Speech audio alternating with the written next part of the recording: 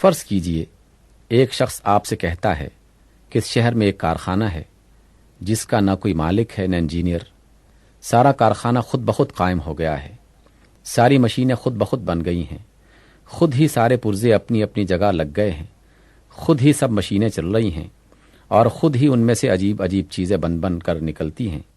سچ بتائیے، جو شخص آپ سے یہ بات کہے گا آپ حیرت سے اس کا منہ نہ تکنے لگیں گے؟ یہ بجلی کا بلب جو آپ کے سامنے جل رہا ہے، کیا کسی کے کہنے سے آپ یہ مان سکتے ہیں کہ روشنی اس بلب میں آپ سے آپ پیدا ہو جاتی ہے؟ اگر تمام دنیا کے یونیورسٹیوں کے پروفیسر مل کر بھی آپ کو یقین دلائیں کہ ان گھروں کو کسی نے نہیں بنایا بلکہ یہ خود بن گئے ہیں، تو کیا ان کے یقین دلانے سے آپ کو ایسی لغویات پر یقین آ جائے گا؟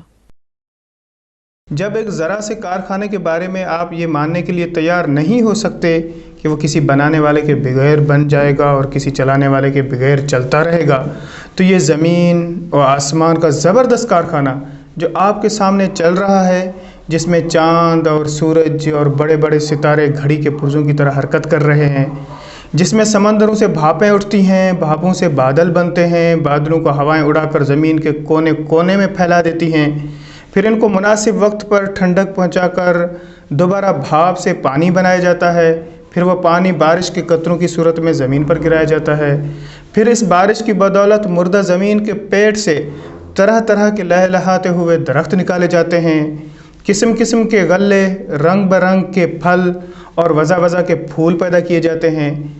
اس کارخانے کے بارے میں آپ یہ کیسے مان سکتے ہیں کہ سب کچھ کسی بنانے والے کے بغیر خود بخود بن گیا اور کسی چلانے والے کے بغیر خود چل رہا ہے؟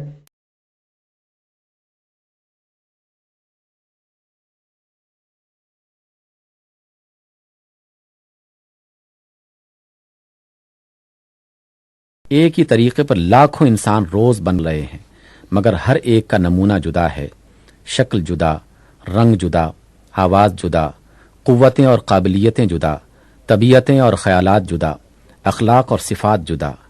ایک ہی ماں کے پیٹ سے نکلے ہوئے دو سگے بھائی تک ایک دوسرے سے نہیں ملتے۔ یہ ایک ایسا کرشمہ ہے جسے دیکھ کر عقل دنگ رہ جاتی ہے۔ اس کرشمے کو دیکھ کر بھی جو شخص یہ کہتا ہے کہ یہ کام کسی زبردست حکمت والے، زبردست قدرت والے، زبردست علم اور بے نظیر کمالات والے خدا کے بغیر ہو رہا ہے یا ہو سکتا ہے، یقیناً اس کا دماغ درست نہیں ہے۔ اس کو عقل مند سمجھنا عقل کی توہین کرنا ہے۔ دنیا میں کوئی بھی کام، خواہ وہ چھوٹا ہو یا بڑا، کبھی باقاعدگی سے نہیں چل سکتا جب تک کہ اس کا کوئی ایک ذمہ دار نہ ہو۔ ایک کالج کے دو پرنسپل، ایک ڈپارٹمنٹ کے دو ڈائریکٹر، ایک فوج کے دو سپہ سالار یا ایک سلطنت کے دو رئیس یا بادشاہ کبھی آپ نے سنے؟ اور کہیں ایسا ہو تو کیا آپ سمجھتے ہیں کہ اس کا انتظام ٹھیک سے چل سکتا ہے؟ آپ اپنی زندگی کے چھوٹے چھوٹے معاملات میں اس کا تجربہ کرتے ہیں کہ جہاں کوئی کام ایک سے زیادہ آدمیوں کے حوالے کیا جاتا ہے اور ان پر چھوڑا جاتا ہے، وہاں سخت بد انتظامی ہوتی ہے، لڑائی ہوتی ہے، جھگڑے ہوتے ہیں اور آخر ساجے کی ہنڈیاں چوراہے پر پھوٹ کر رہتی ہے۔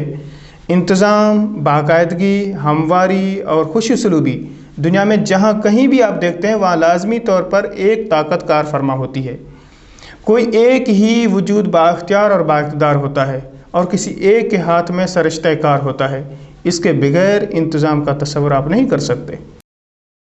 یہ زبردست کائنات جو آپ کے سامنے پھیلی ہوئی ہے، یہ کروڑوں سیارے جو آپ کو گردش کرتے نظر آتے ہیں، یہ زمین جس پر آپ رہتے ہیں، یہ چاند جو راتوں کو نکلتا ہے، یہ سورج جو صبح کو طلوع ہوتا ہے، یہ زہرہ، یہ مریخ، یہ عطارد، یہ مشتری اور یہ دوسرے بے شمار تارے جو گیندوں کی طرح گھوم رہے ہیں، دیکھیے ان سب کے گھومنے میں کیسی سخت باقاعدگی ہے۔ کبھی رات اپنے وقت سے پہلے آتی ہوئی آپ نے دیکھی؟ کبھی دن وقت سے پہلے نکلتے دیکھا؟ کبھی چاند زمین سے ٹکرایا؟ کبھی سورج اپنا راستہ چھوڑ کر ہٹا؟ کبھی کسی اور ستارے کو آپ نے ایک بال برابر بھی اپنی گردش کی راہ سے ہٹتے ہوئے دیکھا یا سنا؟ کہ یہ زبردست انتظام، یہ حیرت انگیز باقاعدگی، یہ کمال درجہ کی ہمواری، یہ زمین و آسمان کی بے حد و حساب چیزوں اور طاقتوں میں کامل موافقت آخر کس وجہ سے ہے؟ آخر اس سلطنت کے تمام صوبے، تمام محکمے، تمام ہرکارے اور کارندے کیوں اس طرح قانون اور ضابطے کی پابندی کیے چلے جا رہے ہیں؟ کیوں ان میں لڑائی نہیں ہوتی؟ کیوں فساد برپا نہیں ہوتا؟ کس چیز کی وجہ سے یہ سب ایک انتظام میں بدے ہوئے ہیں؟ اس کا جواب اپنے دل سے پوچھیے۔ کیا وہ یہ گواہی نہیں دیتا کہ ایک ہی خدا اس ساری کائنات کا بادشاہ ہے؟ ایک ہی ہے جس کی زبردست طاقت نے سب کو اپنے ضابطے میں باندھ رکھا ہے۔ اگر 10-20 نہیں 2 خدا بھی اس کائنات کے مالک ہوتے تو یہ انتظام اس باقاعدگی کے ساتھ کبھی نہ چل سکتا۔ ایک ذرا سے مدرسے کا انتظام تو 2 ہیڈ ماسٹروں کی ہیڈ ماسٹری برداشت نہیں کر سکتا، پھر بھلا اتنی بڑی زمین و آسمان کی سلطنت 2 خداؤں کی خدائی میں کیسے چل سکتی تھی؟ آج یہ سوال دنیا کے تمام انسانوں کے لیے ایک پریشان کن گتھی بنا ہوا ہے کہ آخر ہم انسانوں کی زندگی سے امن چین کیوں رخصت ہو گیا؟ کیوں آئے دن مصیبتیں ہم پر نازل ہو رہی ہیں؟ کیوں ہماری زندگی کی کل بگڑ گئی ہے؟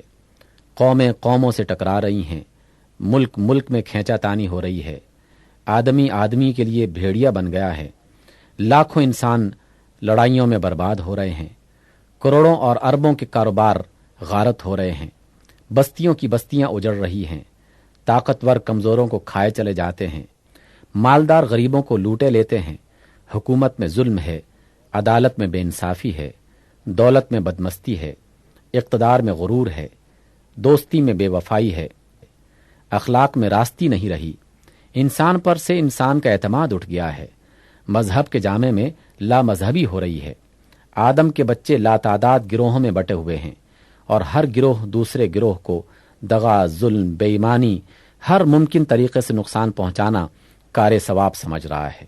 یہ ساری خرابیاں آخر کس وجہ سے ہیں؟ خدا کی خدائی میں اور جس طرف بھی ہم دیکھتے ہیں امن ہی امن نظر آتا ہے۔ پانی میں امن ہے، درختوں اور جانوروں میں امن ہے، تمام مخلوقات کا انتظام پورے امن کے ساتھ چل رہا ہے، کہیں فساد یا بدنظمی کا نشان نہیں پایا جاتا، مگر ایک انسان ہی کی زندگی کیوں اس نعمت سے محروم ہو گئی ہے؟ یہ ایک بڑا سوال ہے جسے حل کرنے میں لوگوں کو سخت پریشانی پیش آ رہی ہے، مگر میں پورے اطمینان سے اس کا جواب دینا چاہتا ہوں۔ میرے پاس اس کا مختصر جواب یہ ہے کہ آدمی نے اپنی زندگی کو حقیقت اور واقعہ کے خلاف بنا رکھا ہے، اس لیے وہ تکلیف اٹھا رہا ہے، اور جب تک وہ پھر سے اسے حقیقت کے مطابق نہ بنائے گا کبھی چین نہ پا سکے گا۔ آپ چلتی ہوئی ریل کے دروازے کو اگر اپنے گھر کا دروازہ سمجھ بیٹھیں اور اسے کھول کر بے تکلف اس طرح باہر نکل آئیں جیسے اپنے مکان کے صحن میں قدم رکھ رہے ہیں، تو آپ کو اس غلط فہمی سے نہ ریل کا دروازہ گھر کا دروازہ بن جائے گا اور نہ وہ میدان جہاں آپ گریں گے گھر کا صحن ثابت ہوگا۔ آپ کے اپنی جگہ کچھ سمجھ بیٹھنے سے حقیقت ذرا بھی نہ بدلے گی۔ تیز دوڑتی ہوئی ریل کے دروازے سے جب آپ باہر تشریف لائیں گے تو اس کا جو نتیجہ ظاہر ہونا ہے وہ ظاہر ہو کر ہی رہے گا، خواہ ٹانگ ٹوٹنے اور سر پھٹنے کے بعد بھی آپ تسلیم نہ کریں کہ آپ نے جو کچھ سمجھا تھا غلط سمجھا تھا۔ بالکل اسی طرح اگر آپ یہ سمجھ بیٹھیں کہ اس دنیا کا کوئی خدا نہیں ہے، یا آپ خود سے اپنے خدا بن بیٹھیں یا خدا کے سوا کسی اور کی خدائی مان لیں، تو آپ کے ایسا سمجھنے یا مان لینے سے حقیقت ہرگز نہ بدلے گی۔ خدا خدا ہی رہے گا، اس کی زبردست سلطنت جس میں آپ محض رعیت کی حیثیت سے رہتے ہیں پورے اختیارات کے ساتھ اسی کے قبضے میں رہے گی۔ البتہ آپ اپنی غلط فہمی کی وجہ سے جو طرز زندگی اختیار کریں گے اس کا نہایت برا خمیازہ آپ کو بھگتنا پڑے گا۔